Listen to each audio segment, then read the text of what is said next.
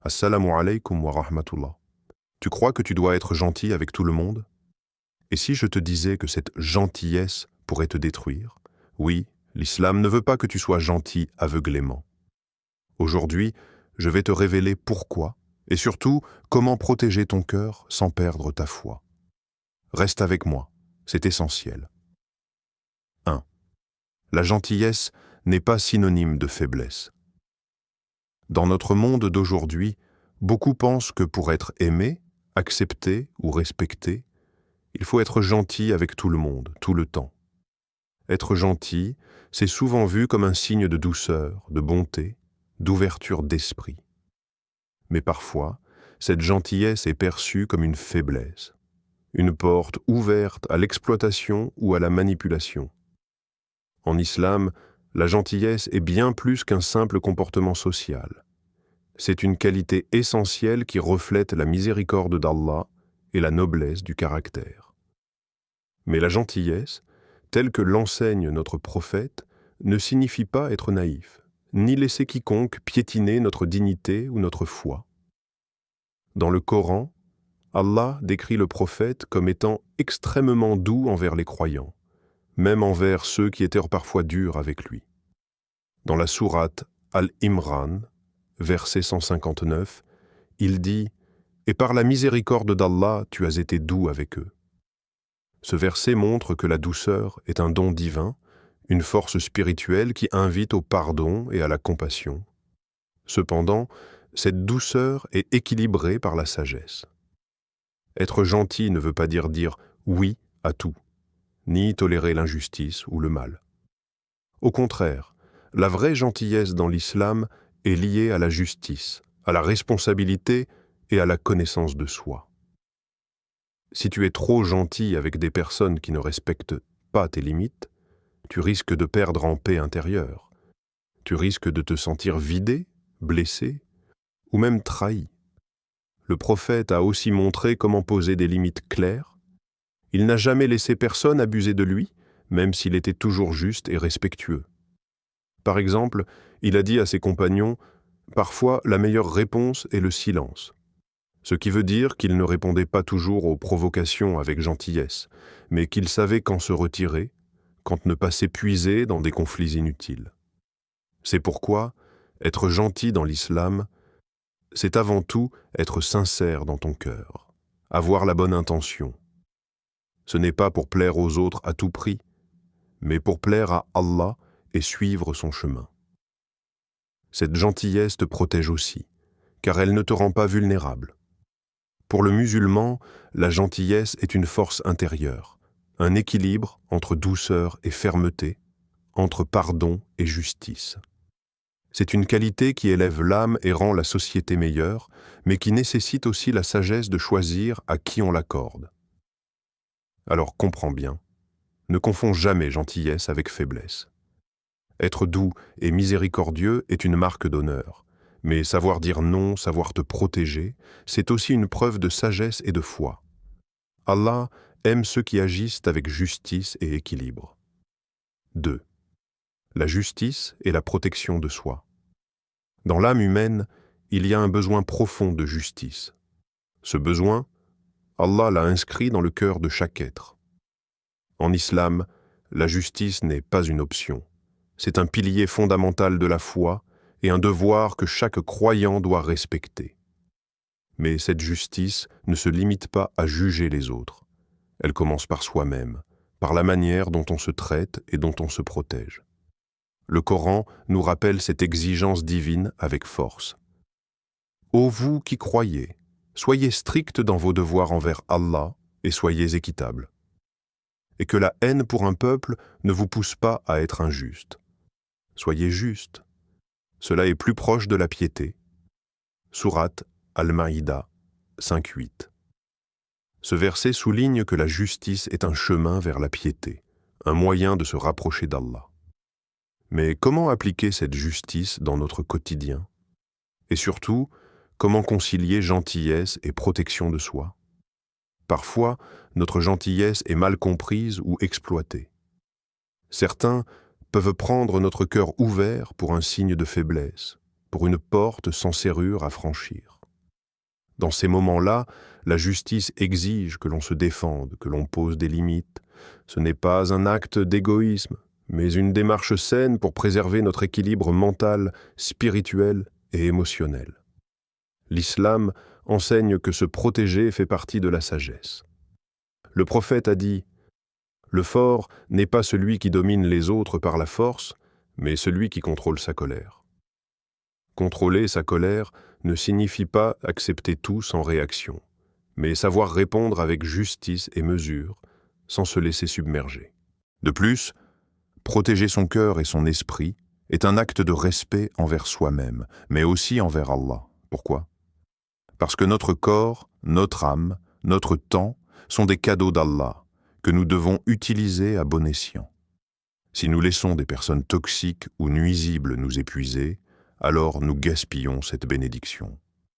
La justice envers soi-même, c'est aussi refuser les relations qui brisent la paix intérieure. Cela peut être difficile dans une société où l'on valorise souvent la complaisance et l'excès de gentillesse. Pourtant, l'islam ne demande pas que l'on soit disponible pour tout le monde, mais que l'on soit juste, sincère et clair. Par exemple, le prophète a conseillé de choisir ses compagnons avec soin, car ils influencent nos comportements et nos croyances. Être trop gentil avec des personnes qui te tirent vers le bas, c'est comme construire ta maison sur du sable instable. Enfin, la justice envers soi-même est un équilibre subtil. Il ne s'agit pas d'être dur ou froid, mais d'être conscient. Conscient de ta valeur, de ta dignité et de ton devoir envers Allah de préserver ce qu'il t'a donné. C'est pourquoi, dans la quête de la gentillesse, l'islam invite à la justice, à la protection et à l'équilibre. Ce n'est pas seulement un message pour les autres, c'est un rappel à soi-même. Ne sacrifie pas ta paix pour plaire aux autres, ne renonce pas à ta foi pour éviter un conflit inutile. Rappelle-toi que chaque action, même la plus douce, doit être guidée par la conscience d'Allah. Et cette conscience, c'est elle qui te donnera la force de dire non quand il le faut, de protéger ton cœur et de rester droit dans ta foi. Troisième, l'importance de choisir ses compagnons. Tu as sûrement déjà entendu cette phrase forte du prophète « L'homme suit la religion de son ami ». Hadith. Ce n'est pas un simple conseil, c'est une réalité puissante qui peut transformer ta vie. Pourquoi ? Parce que les personnes autour de toi influencent profondément tes pensées, tes émotions et même tes décisions. Si tu es trop gentil avec tout le monde sans faire de tri, tu risques de te perdre, de t'épuiser, et parfois même d'adopter des comportements qui ne te correspondent pas ou qui ne sont pas bons pour ta foi.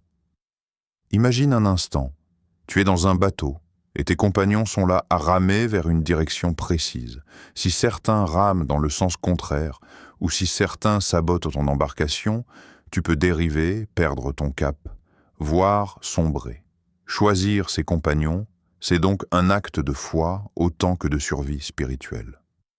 C'est décider de s'entourer de personnes qui t'encouragent à avancer vers le bien, à rester fort face aux épreuves et à garder tes objectifs clairs. Dans la tradition islamique, cette idée est mise en avant à plusieurs reprises. Le prophète ne s'est pas entouré de tout le monde, mais de ceux qui partageaient sa sincérité, son engagement et son respect envers Allah. Ses compagnons ont grandi ensemble, porté des responsabilités et se sont soutenus dans les moments difficiles. Alors, pourquoi est-ce si important pour toi ? Parce que les mauvaises influences peuvent te détourner de ton chemin, te faire douter ou même te pousser à abandonner ce qui est essentiel. Parfois, même les gentils peuvent involontairement ralentir ta progression si leurs valeurs ne sont pas alignées avec les tiennes. Cela ne veut pas dire être fermé ou juger les autres, mais avoir la clairvoyance de savoir à qui tu donnes ton temps, ton énergie et ta gentillesse. Le temps est un bien précieux que tu ne peux pas récupérer. Être sélectif, c'est aussi se protéger contre les blessures émotionnelles. Tu sais, ces personnes qui profitent de ta gentillesse, qui te demandent sans jamais rien donner en retour. Ce genre de relation peut te laisser vidé, triste, ou même remettre en question ta foi. Mais quand tu choisis bien tes compagnons, c'est une autre énergie qui s'installe. Une énergie de soutien, d'encouragement et de partage sincère. Tu grandis spirituellement et humainement. Tu deviens plus fort, plus confiant et n'oublie jamais, ta relation la plus importante est celle que tu entretiens avec Allah. Choisir de t'entourer de bons amis, c'est aussi un moyen de renforcer ce lien sacré. Alors, aujourd'hui, pose-toi la question. Qui sont les personnes qui t'entourent? Sont-elles un moteur pour ta foi ou un frein? Es-tu en train de donner ta gentillesse à ceux qui la méritent vraiment? La sagesse islamique est claire. Notre environnement façonne qui nous sommes.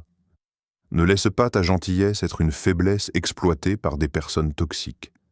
Sois intelligent, sois prudent, choisis avec le cœur et la tête. 4e. La gentillesse envers les bons, la fermeté envers les mauvais. La nature humaine est complexe. Nous sommes capables de grande douceur, mais aussi d'une force inébranlable. En islam, cette dualité est parfaitement reconnue et valorisée. Le prophète est le modèle parfait. Il était tendre, patient et compatissant avec ceux qui méritaient de sa gentillesse, mais il savait aussi se montrer ferme, parfois même strict, face à l'injustice et à la trahison. C'est un équilibre délicat que chacun de nous doit apprendre à maîtriser. Être gentil ne signifie pas être faible. Être ferme ne signifie pas être cruel. Ces deux attitudes sont complémentaires. Elles doivent coexister en harmonie. Le prophète a montré cette sagesse dans ses interactions quotidiennes. Il était doux avec ses compagnons, notamment avec les plus vulnérables, les enfants, les femmes et les faibles. Mais lorsqu'il s'agissait de défendre la vérité, de protéger la communauté musulmane ou de faire respecter les règles d'Allah, il n'hésitait pas à se montrer ferme. Cet équilibre est une preuve de maturité spirituelle. Il exige que tu connaisses bien ta propre valeur, tes limites, et que tu respectes également celles des autres. En pratiquant cette gentillesse mesurée, tu développes une force intérieure qui protège ton cœur des blessures inutiles. Tu n'acceptes pas tout, tu ne laisses pas les autres te marcher dessus, mais tu ne fermes pas non plus ton cœur aux bonnes intentions. Il y a dans le Coran des versets qui rappellent cette dualité.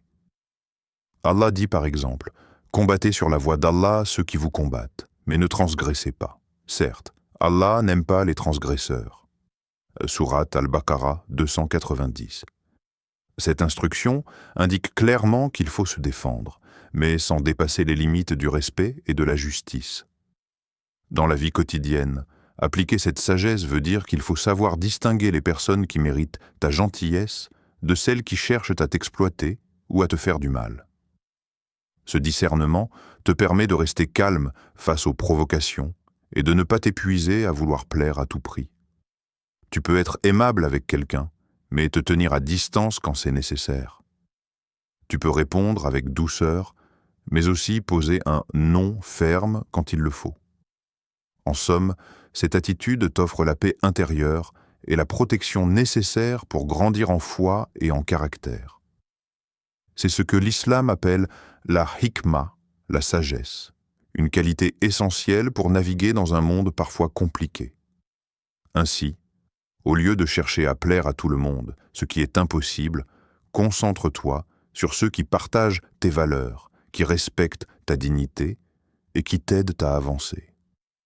Le vrai courage spirituel, c'est de savoir être doux avec les bons et ferme avec les mauvais, tout en restant toujours dans le respect et la conscience d'Allah.